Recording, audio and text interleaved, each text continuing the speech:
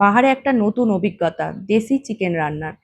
যাই হোক, কথাতে আছে না, যে খেতে ভালোবাসে বা যারা খেতে ভালোবাসে তারা সমস্ত কাজটাই করতে ভালোবাসে, করতে পারে। যাই হোক, এই চিকেন দুটো আমরা পাহাড় থেকেই নিয়েছিলাম, পাহাড়ি চিকেন, দেশি চিকেন।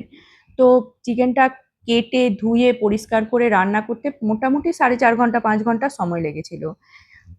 আলোটা একটু কমই ছিল, তাই বড় টর্চের আলোতেই পুরো রান্নাটা হয়েছিল। দেখো, সবাই মিলে একসঙ্গে কাজ করতে কিন্তু ভালোই লাগে। আমার একটাই কাজ ছিল ক্যামেরা ধরা, আমি ভিডিও করব বলেই ওখানে বসেছিলাম।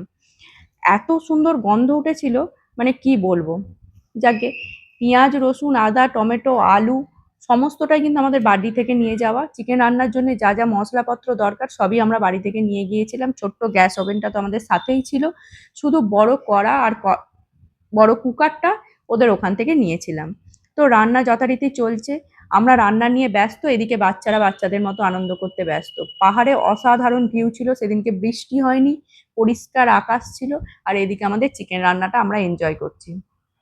কষ্ট যদিও হয়েছিল চিকেনটা কাটা ধোয়াতে, কিন্তু রান্নার পর দুর্দান্ত লেগেছিল, দারুণ টেস্ট হয়েছিল।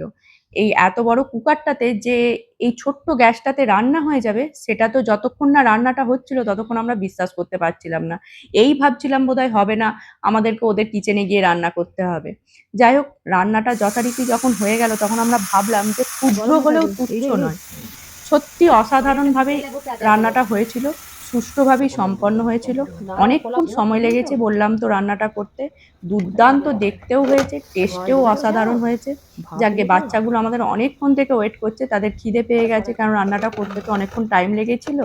তাই বাচ্চাদের খিদে পেয়ে গেছে, চলো ওদেরকে খেতে দিয়ে দিই। একবার তোমরা চিকেনটা দেখে নাও খালি, যা সুন্দর দেখতে হয়েছিল না, কি বলবো, বলতে বলতেই জিভে আবার জল এসে গেল।